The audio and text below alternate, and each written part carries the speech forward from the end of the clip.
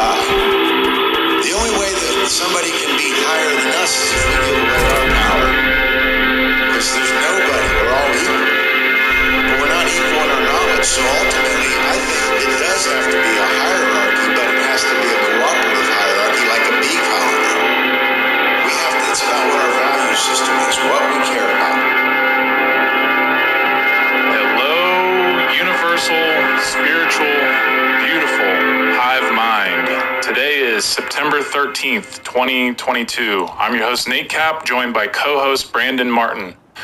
Welcome to the 56th CubbyWhole podcast, where critical topics are unveiled, discussed, and tested. The website for this show is CubbyWhole.com. That's CubbyWhole.com. And if you prefer to listen to this show on a different platform, you can also listen with Spotify, iHeartRadio, TuneIn Radio, Pandora, Simplecast, YouTube, Odyssey, Minds, BitChute, and much more. Welcome back, Brandon. Howdy, Nate. It's great to be back on here with you. It's been a long time. Yeah, it has. It's something I've been very much looking forward to, and I know that you also have been looking forward to getting me back on, and I'm ready to start pushing out some more CubbyWhole content with you. And I just want to go ahead and give you a little shout out here that you've been doing great work since I've been on my hiatus from the CubbyWhole. And I just really appreciate all the work that you've been doing on here, because it's really been amazing opening up, Freemasonry the way that you have, and laying that foundation for the initiates. And you've brought a few things to the table that I was not aware of. And that's what this is all about, is sharing all this information, because we're always going to find things and discover new things that we, may have not discovered on our own. And that's what the roundtable is about. That's what the CubbyWhole is about. Well, I really appreciate that, man. That means a lot. And, especially coming from someone who, you put out, I can't remember the name of your presentation. What was it called? The one where you did all 3 degrees? It was the aggregated synthesis of occult knowledge, part 2. That's right. And it's a mouthful.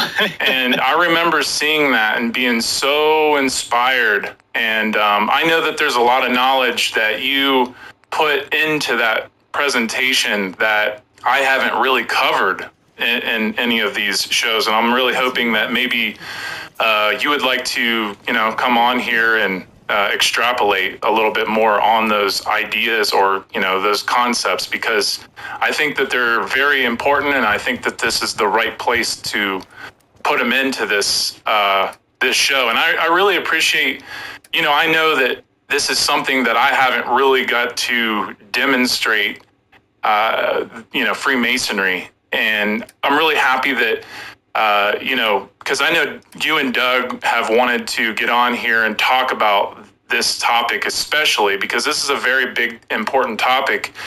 And I appreciate you guys just letting me, I mean, it is my show, but it's our show. And, letting me do this process on my own to allow me to extrapolate a lot of this information that I have accumulated over the years and be able to put it into rhetoric and, make these slides and it's been a really awesome journey for myself. And I know that, having you and Doug come on here and help me put this information out there and bring your knowledge to the table to really show people how important this work is. It's really helped me, grow in the way that I'm teaching it. And I'm really thankful that you guys have given me this space to allow me to extrapolate these ideas.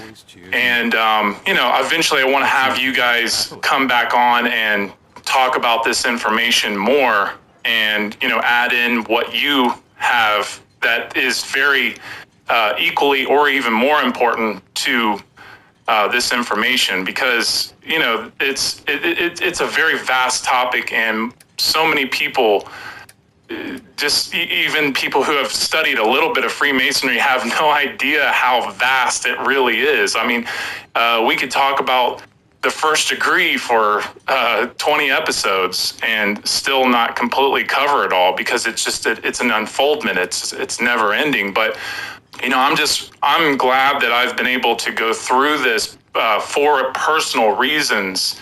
And, I'm just really excited to hear what you and Doug have to bring to the table, and maybe even others who I haven't been able to bring on the show as well. But yeah, man, I'm really thankful that what I have put on the show has inspired you, and it's been a journey, man. Let me tell you.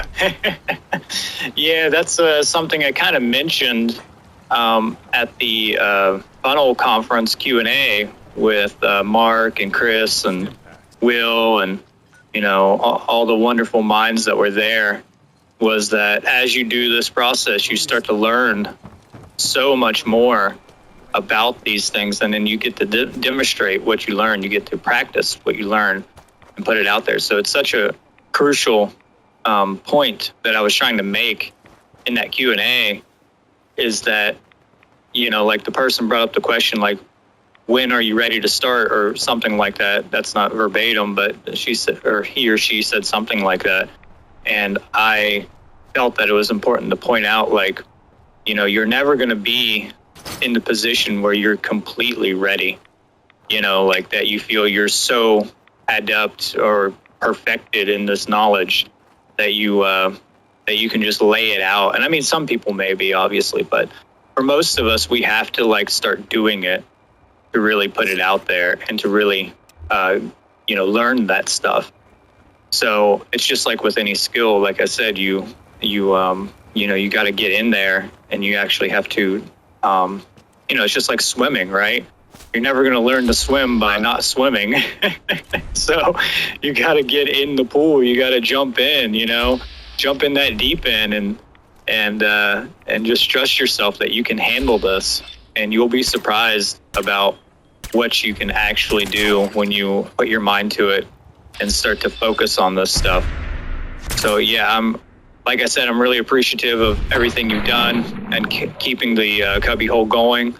And I was really happy to see your development and growth with Freemasonry, because Freemasonry is what we are trying to, unravel ultimately in the show.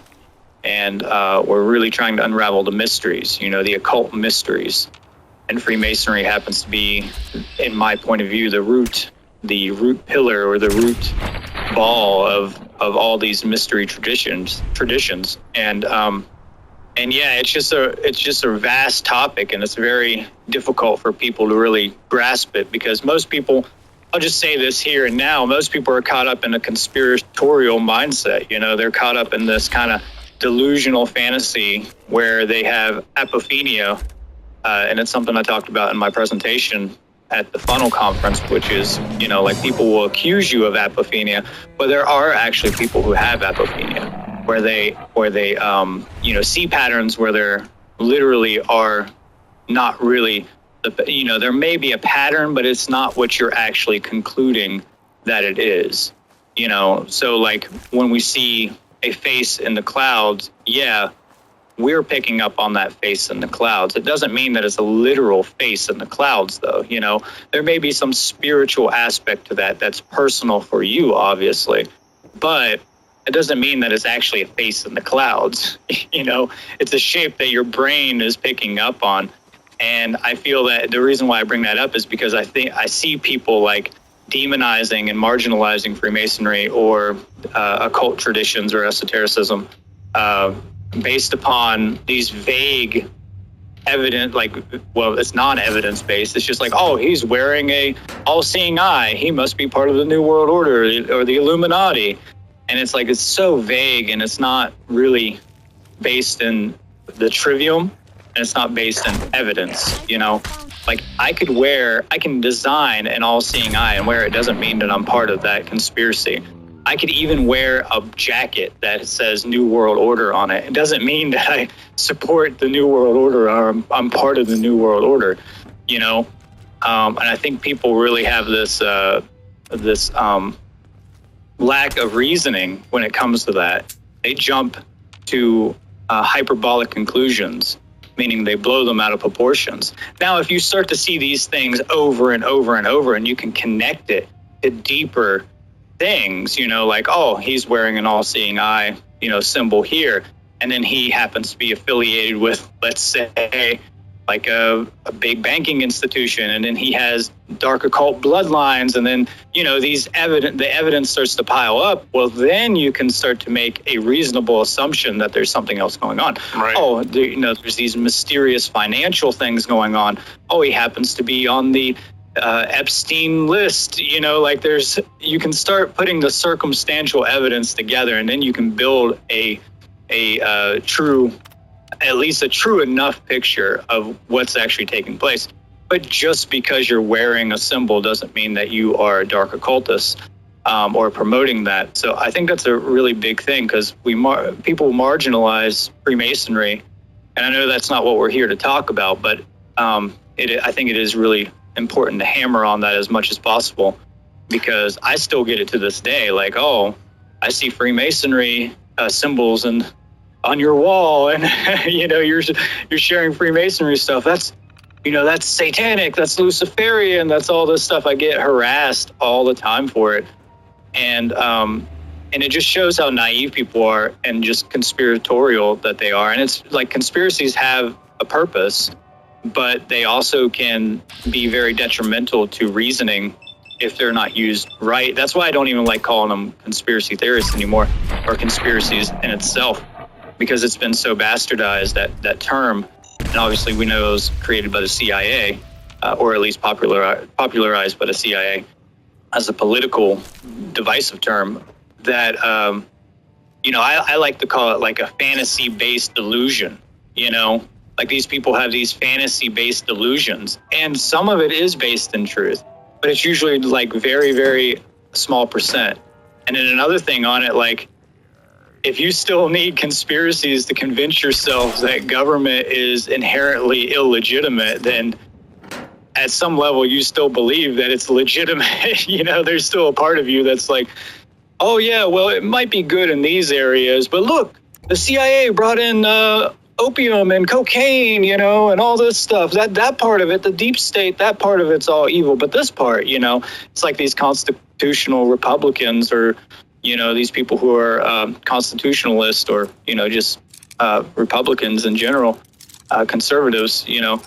They definitely have some truth in what they're talking about. But then you see, like, it just goes way out of hand. Obviously, it gets wildly out of hand, but that ties in with the topics that we're going to bring up today, because our whole topic here is based in the mystery traditions, and I've been harassed because of what we were talking about, and it connects to Freemasonry. It's it's directly a part of the evolution of Freemasonry in my point of view. So, That's it. I'll leave it there for you. Yeah, two things I want to say is that, maybe we should do a whole show on witch hunt, what that means, and, killing the messenger, right? It's really interesting. With me personally, when I was younger, I remember going into people's homes and they had inverted pentagrams and red color everywhere.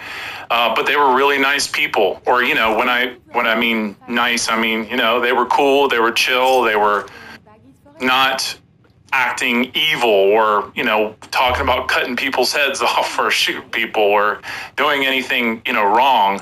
Or I would go into a Catholic's house and they would have crosses everywhere. And I wasn't affected by that, even though when I was younger, I had kind of an atheistic mindset. I've never been really affected by symbols or what people associate themselves with. I've always looked at their character. How are they as a person, right? What's their behavior like? And I think that's something I've always picked up on all through my life. And I'm very thankful for that because, when I did get into the knowledge of natural law and morality, then I really started to understand what I was really aligned to in the first place. I still had a lot of issues in other areas, but I feel like that is something that is programmed into our mind. I don't feel like that. I know that it's programmed into our mind from a very early age. And when it comes to Freemasonry, it's very, most people just don't understand that this is all demonized because they do not want you to look into it, period. The end. That's just the bottom line. Now, speaking of what you were talking about in the beginning of what you just said, when you were talking about putting these presentations together to be able to understand your information better, it makes me think about how we, like you and Doug and others, agree that in the lodge system, they are teaching the trivium incorrectly. But I think it's important to understand that, okay, so they're teaching it incorrectly by making it grammar, rhetoric, and then logic, right? And yes, that is incorrect when we think about how it aligns to input, processing, and output.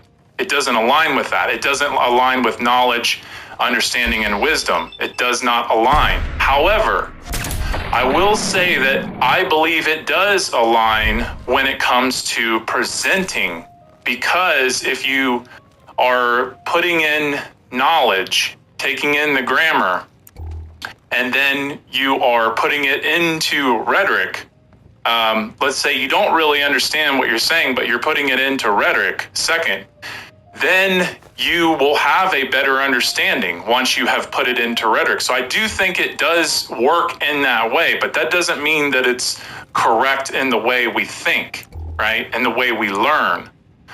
So I don't want to completely, I know I especially kind of negated that idea and said that it was completely wrong, but I want to, just kind of backtrack a little bit and say that I don't fully agree with that, with what I said and what's all kind of agreed upon in certain minds that I've heard say that. So I think it is important to see it that way, but also to remember what is correct in the sense of learning, in the sense of thinking, in the sense of how we communicate. Right. I can't agree more with that, actually. Yeah. So I just wanted to, I thought about that not too long ago, but then I didn't, I just kind of forgot about it, I guess, but I'm glad we got to bring it up now. Yeah, I look at it, well, I want to add on to that a little bit. I look at it as a mode. It's a mode that's used to help us enhance our ability to learn. But I think learning is not linear, I think learning is very, just non-linear in its function. Because like sometimes you learn by going and taking the action, and then there's like a feedback loop that happens, and then you understand, and then you realize the knowledge from it. So it's like sometimes vice versa, it happens, you know? So I agree with you on that, and it's something that I struggled with for a while, but I understand why the mode of like the trivium is laid out that way for that purpose. But as you advance, you can start, you know, like learn the mode at the basic level, right? Learn it at that level. That's going to help you the most, you know? That's going to help you to strengthen a lot of your analytical skills and your creative outputs, and you know it's gonna help you strengthen your learning ability and your teaching ability. But also, don't think that's the only way to learn. You know, right? Because exactly. I think that's very limiting, and I think we're more powerful than that. And I don't think we're just robots. You know, like yeah, we're like computers, like we've talked about before, but we're not computers. You know. We are very complex, and this world is very unique with how it works in conjunction with our monad minds, you know. So I think that it's very important that you brought that up. I'm very happy you brought that up, actually, because I always wondered that in Freemasonry, why they did that, why they put, you know, grammar before logic. And how you explain it there, it makes a lot of sense. It makes complete sense, actually. So thank you for bringing that up. Yeah, I think it's because, you know, and I don't completely know about a lot of the rituals, which we probably never will, because a lot of them will just never be surfaced. It'll never be brought into the public eye. But I think that is how we learn the rituals, is by going through them, right? So when you take in the information, take in the grammar, take in the knowledge, and you go through the ritual, go through speaking the ritual, this helps us come into the understanding of what we are putting out. And I do think that there's a lot to that, but yeah, I'm glad that we're talking about this now, because I think it is very important to differentiate between the learning, or both ways of learning, right? But also to understand that grammar, logic, rhetoric is it's a parallel to the other methods of the trivium. And it aligns with all the other ways of the trivium. I mean, there's so many different ways of the trivium is the threefold path, right? So all other aspects of our life that are a threefold path, they align with grammar, logic, and rhetoric. So it is very important to see the different ways of learning. So I'm going to go ahead and move on. Today we are what this show is supposed to be about, and I'm really happy that we started off with that information. But we're going to get into phonetic law, and this is all taking place within the second degree, okay? Because the second degree of Freemasonry, the fellowcraft, is about being in alignment with the heart, right? So we have to understand that to be in alignment with the heart, to have a heart-based intelligence, is to generate green. You know, when you think about the Anahata heart chakra, right? It's green. It's a green frequency in the middle. So we have to understand that the second degree is about... After we closed up for the night, you know, Matt and I split a couple of pitches while cleaning the pin setters. We got to talking about Thomas. I just can't believe he's gonna be stuck in a wheelchair for the rest of his life.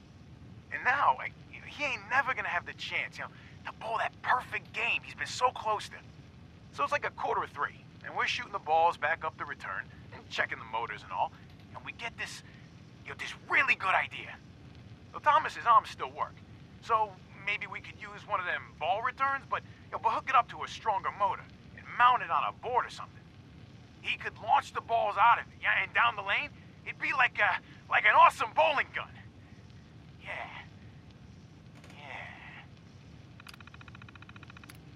Wow, Mark Wilson. This is Mark Wilson's holotape that we just listened to. Mark Wilson, you're a legend for helping this man try to bowl a perfect game, even though he's in a wheelchair. That was absolutely legendary. I'm sorry, guys. I just had to hear that. That was a great little story there. Heart-based intelligence. It is the heart. It is the middle point. And so we're going to start breaking down some very interesting and important words through green language, which is, what I really went very deep into on the last episode. So if you didn't get a chance to listen to that show, I highly recommend going back and giving it a good listen and study.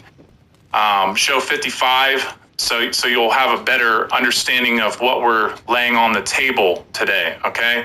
And also, I'm going to be talking about, we're going to get a little bit into Brandon's presentation, and you definitely should go listen to that presentation too, so you have a better understanding of what we're doing here as well. But before we get into the breakdowns, I would like to talk about the Convergence conference that just took place this past weekend, September 10th and 11th.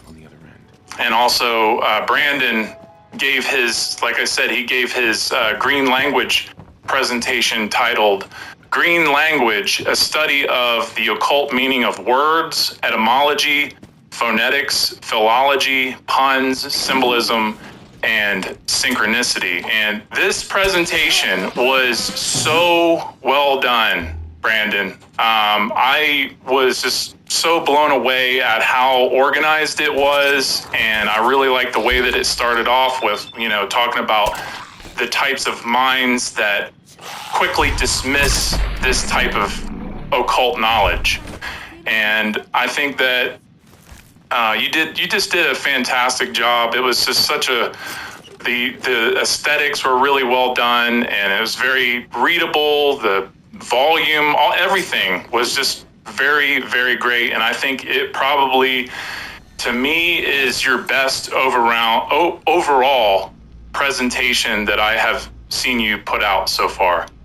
And it's really crazy that we kind of, I didn't really know that you were going to do this presentation, and I know that you started working on it this summer, and I didn't really know that you were doing that, and I don't think you knew that I was going to get into green language when I did.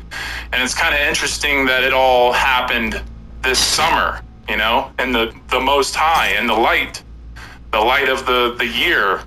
So it's a little synchronistic, you could say. But anyway, yeah, man, if you want to talk about your presentation and what your thoughts are on the Convergence conference, I'd love to hear what your thoughts are. Okay, yeah, I'd like to first say thank you. I'm glad that you got a lot out of the presentation.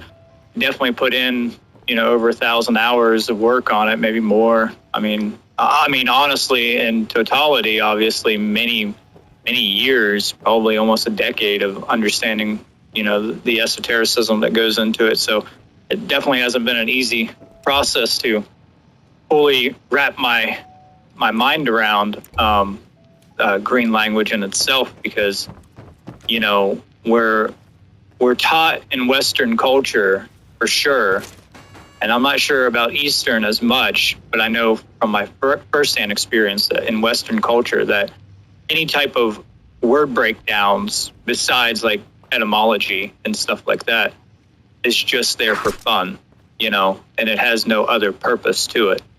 And that's kind of what I started out with. Not only did I start out with breaking down the people who would be kind of recalcitrant to the information that I was bringing forward, but also that, it's not just about fun. And it's good if you are having fun with it. I'm not saying don't have fun with it. Actually, if you're not having fun with it, then I think there's also a problem going on there, because it actually is fun. But to think that it is solely based on just play, just childish, right? Just this idea that it's immature, that you're just making things up out of thin air, and it has no underlying universal meaning within it. I think that's part of that what I was talking about earlier, the bastardization of esotericism. And I think it's an error in our thoughts about like how language works and how we create language. And that's kind of what I was trying to get at with the presentation, is like trying to show that there's a science underneath all this, and that, you know, the evolution of language is more complex and integrated. It's integrated into the universe. And as we've said many times, the universal language is symbol, and our language are based off symbols. Mm-hmm. That's so, right. you know, I think that's really important to understand with this. But yeah, I mean, the conference was amazing. You know, there was so many good, you know, presentations. The dance done by, what is her name? And I think Dorian? Yeah, I think it's Dorian. She did such an amazing symbolic job with that dance.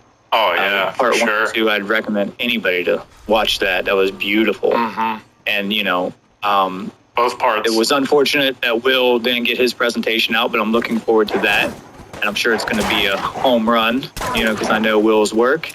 But overall, the conference was amazing. It was one of the best things that I've seen in a long time. And I also feel honored that it was kind of inspired by the conference that we've put together. So that was really nice. And they've given a lot of thanks and appreciation for that to me personally. And to be a part of it is amazing. Give me 1 second here, Nate.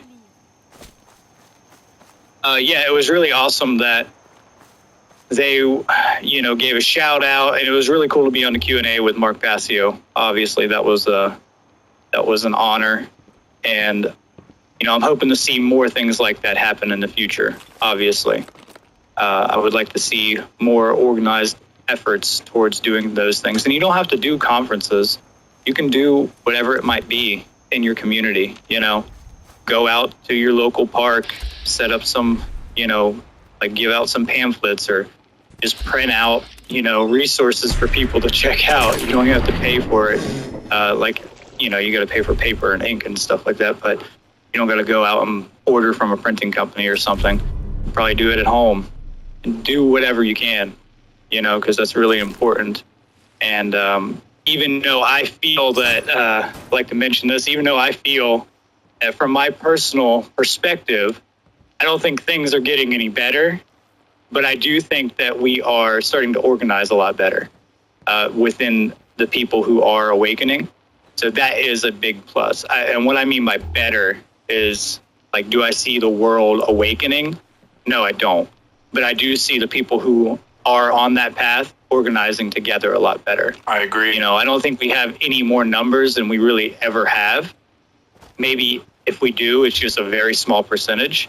But I do think that, you know, the people who are awake or, you know, in that process are starting to communicate, network, and really build friendships and, you know, arrange with other people in a much healthier fashion. So I think that's something I would like to point out there. I agree. Yeah, man, I feel like Will Keller and Chris Jansen did an excellent job at getting everybody together, and just the organization was just pretty superb. And yeah, it was a bummer that Will's presentation didn't work, which is, you know, it sucked, but it's just funny because you look at him as somebody who is just like really on it and really understands all this stuff. And because, you know, you look at the rest of what he's done and it's like stellar. And then that happens. It's pretty wild. It just means that he's putting all his energy into helping everyone else. And, you know, he thought about himself last. And, you know, so he's a selfless dude. He's just he's got his heart in the right place. And now he knows where he needs to put more attention. But he did. I hope that he gets to hear this. And Will, you did fantastic, man. And I wanted to point out some other things. I also agree that, you know, this, I don't see, you know, too much of an awakening going on. But yeah, I do agree that we are starting to assemble better. We're starting to learn how to align, and that's the beauty of the conference name, Convergence.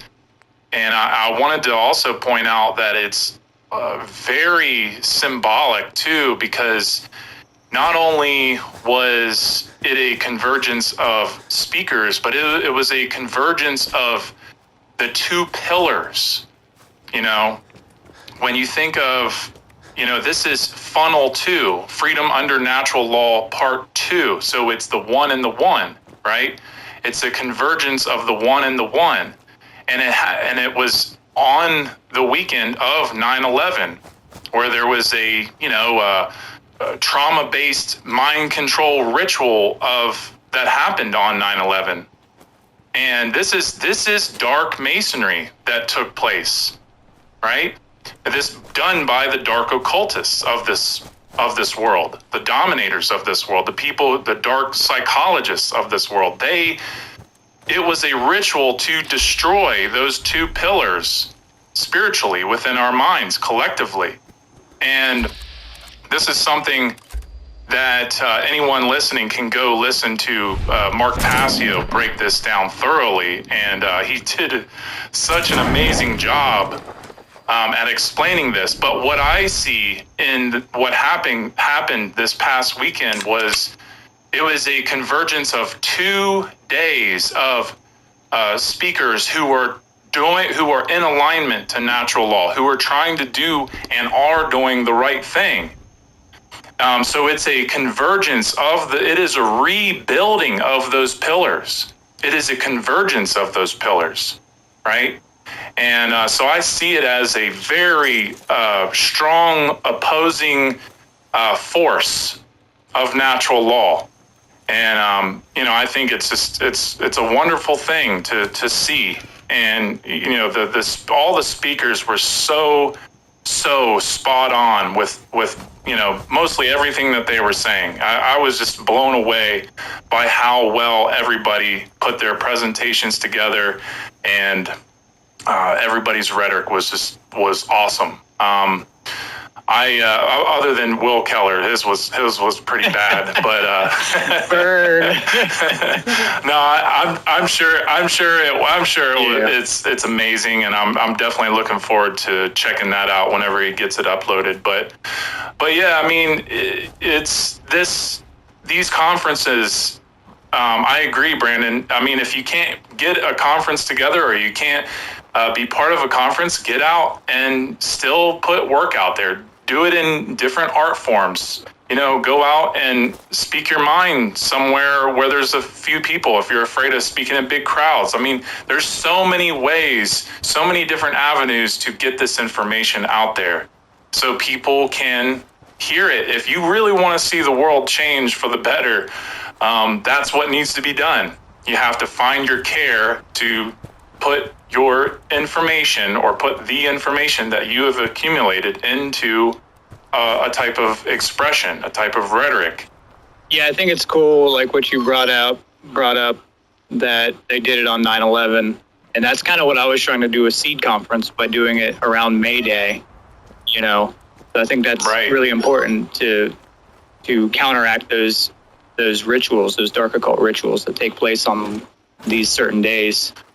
Right. Counteract was the word I was trying to think of. Not opposing, but I mean, opposing's, similar enough. Sorry to do this again, but I got to check on these dogs again. They're wild. Give me one moment. No worries.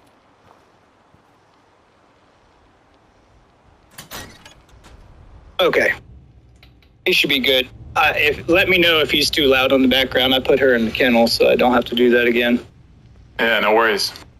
But yeah, like I was saying, the counteraction of the energetic rituals that are taking place, the dark occult rituals, I think that's really important too. To put energy out there in a positive way, in alignment with natural law. So I think that's what we're trying to do. So it was really awesome when I realized he did it on 9/11. I was like, oh yeah, that's awesome. So excited about it. Yeah. But yeah, getting into green language, man, I think it kind of ties in with what we're just talking about, which is, like these conferences are, in my point of view, like a way of green language manifesting itself, which is kind of advanced to understand that. But I think at a certain level, it definitely is. For sure. Because there's so much synchronicity that's taking place with the conferences. Absolutely. Yeah. So far. Yeah, I agree, man. I mean, when you're on the right path, you're on the right path, and you see the Absolutely. synchronicities. There's no doubt about that. You ready to move on to some green language? Yes, I am. Cool.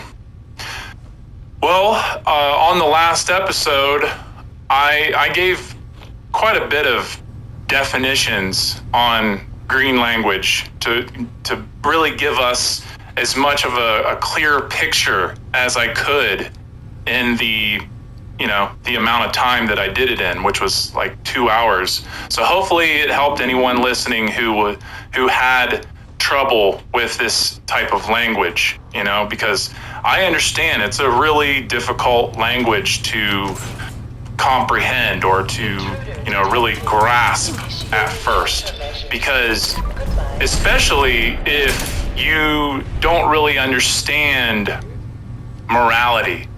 So if you really don't understand morality, if you really don't understand the workings of natural law, the science, then I think that is why it can be very difficult, because there's no purpose to what you're looking at. Okay? Because, like I said, Freemasonry is a system of morality, right? So if you understand that green language is a frequency, it's not, because it's about thinking in green, it's about feeling in green, it's about being aligned, and when you are aligned, when you're acting upon the square, when you're upright in your emotions. And so when you understand this, when you're on the level, this is all this coming together. All three, when you think about the plumb roll, the square, and the level, when they are together, that is when you are creating this green frequency and being able to see in green and really understand what you're looking at, really understand what it is that you're observing.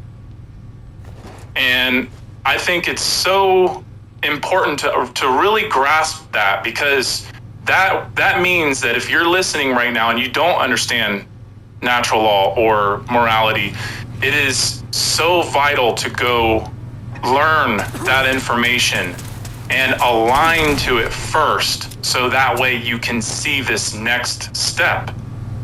Because for me, and I'm sure Brandon probably agrees, you're in the dark. You're on the floor still if you are trying to learn green language without the green light of morality or natural law. You're still on the floor. And so it takes that courage and that tenacious ambition to learn, put yourself through the knowledge, pick the books up and really learn this information, so that way when you do reach that level of green, you will be able to see. You will have that balanced frequency of heart-based intelligence, being aligned, being on the level, acting on the square, right? So this is a very, very important thing. Now, obviously, natural law is an unfoldment. The information of natural law and morality is an unfoldment, especially when you get into Freemasonry, because, again, it is a system of morality. So the more that you learn about Freemasonry, the more you understand the whole universal system of natural law. And when Brandon and I were first starting on this journey of natural law, we did get into green language pretty early. And I think we understood, I would say for myself, I understood natural law enough. I understood morality enough to start to see the parallels in green language. And it was really cool because when we were first starting out with trying to decode words, I mean, obviously we both were very influenced by Mark Passio. And then we would start bouncing words off of each other, which was really cool because it would be encouraging. Brandon would send me a word and I would break it down, or I'm sorry, he would break down a word and send it to me, and then I would look at that, and then I would want to send a word back to him that I had broken down, and it would just be this bouncing of ideas. Or he would send me a word and he would break it down in a certain way, and then I would go look up that word and what he said and add to it. And Doug too, Doug would do the same thing. But it was just cool to have somebody to bounce ideas off of with, so that way it started to make things make more sense faster. And because I wasn't totally on board with green language at first. I thought it was just semantics, and it was just wordplay, and just reaching for ideas that weren't totally there, kind of like what you were saying. I can't remember that word that you said, Brandon. What was it? Apophenia. Apophenia. Yeah, I'm pretty sure I had apophenia in the very beginning of learning this language.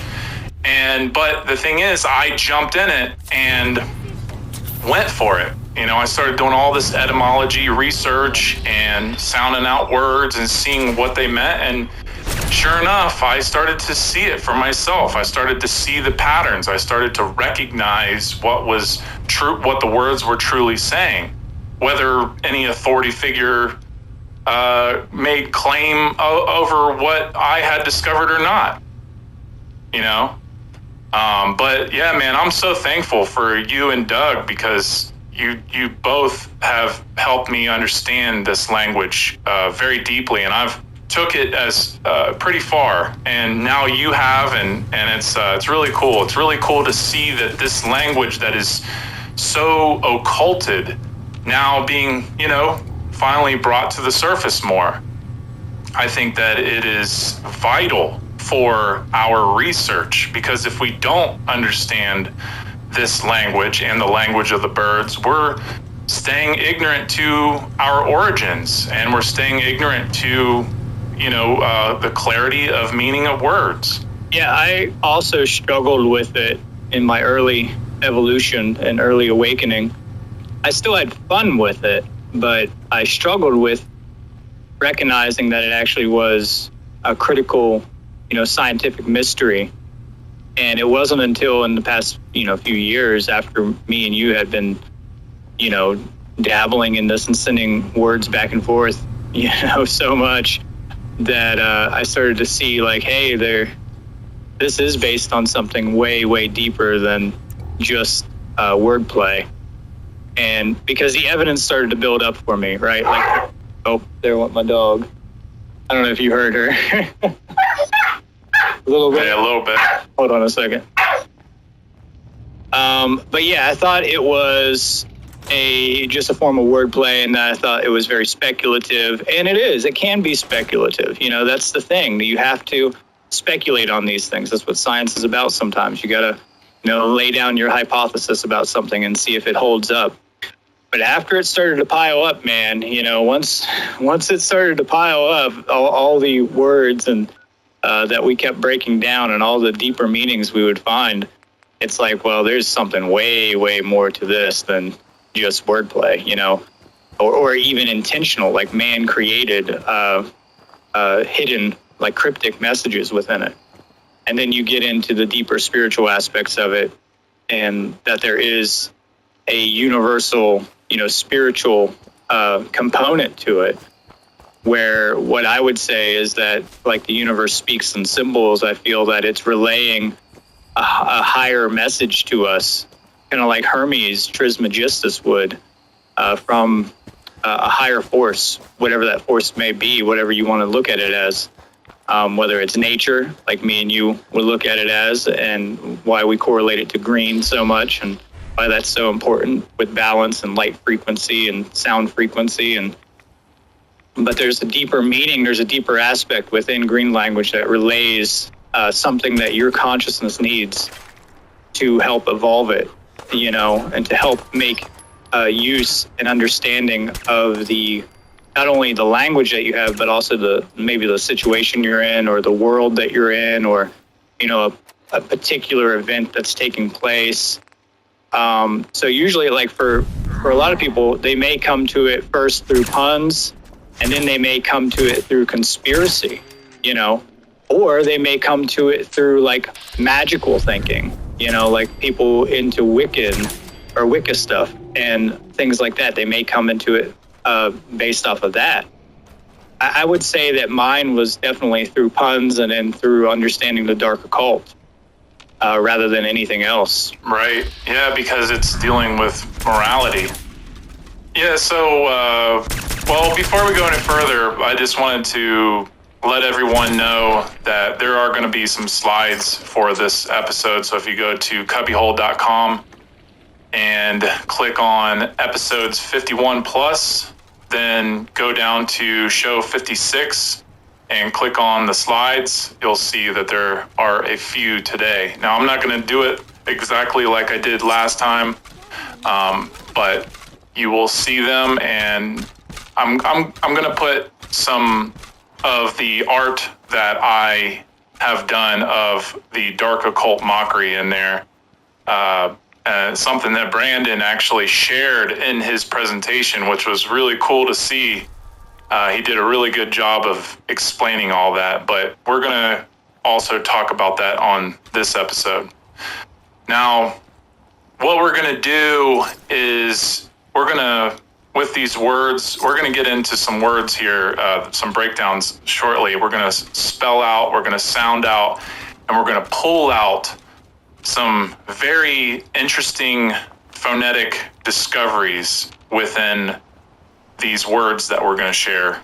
And we are going to, so what I call this is phonetic tracing. So like the tracing board, we're tracing out sounds and meaning by looking into the words deeper. And just in case you're not familiar with the word phonetics, it's a branch of linguistics that focuses on the production and classification of the world's speech sounds. So it's the production of speech that looks at the interaction of different vocal organs like the lips and tongue and teeth to produce particular sounds, okay? And remember that green language is a spiritual tool for the imagination, right? The imagination is our greatest tool, but green language is a spiritual tool that we discover and use in conjunction with our imagination to help us see further into things that we might not be able to see with regular definitions or regular ideas of the words, okay? So it's a spiritual tool of methods to help us better understand the words that we're looking into and their definitions and their origins and their history a lot better, okay? It's to help us understand what might not be able to be fully explained in general or even in many esteemed literatures by, great scholarly authors. So before we go any further, I know Brandon wants to explain a little bit further in the phonetic law. So if you want to, Brandon, go ahead and... Yeah, I think you explained the function of it pretty thoroughly. When you look it up, you'll probably find that it was defined by neo-grammarians in like the late 1800s or something like that. And you know, it's such a complex topic actually when you get into the actual study of phonetics. As you get deeper into the studies of phonetics, you'll find that there's, you know, many different branches of it. I think there's specifically 2 different branches of it. And those aspects have to deal with, obviously, the way that we produce speech or make sounds, and the perception of those sounds, and then the way that we understand that. So, you know, there's different modalities within phonetics. So it can get kind of advanced. So I want to point out that don't get lost in that. Like if you look it up and you're like, oh, this is such an advanced topic, you know, what do you mean? Just go with the basics of it, you know. Right. Go with the phonetic pronunciations of letters or sounds or words or multiple letters and that are compound with each other, that are in conjunction with each other. And that's going to help you to understand what we're talking about here a lot easier. And I'm sure a lot of people do understand this, especially people listening to this show. But, you know, I think a deeper understanding of phonetics would help to evolve green language, but that's not what we're here to do today. So if you do want to like get into a little bit deeper understanding of it, I did break it down in the presentation that I just gave, which was, you know, I did have a nice little section in there that kind of covered a little bit of it. So you can check that out if you would like to. But I would like to bring up here something I didn't bring up in the presentation, is that, and I'm not sure if you brought this up before or not, but we have to understand the historical connections to the word phonetic as well, which comes from Phoenicia Canaanite.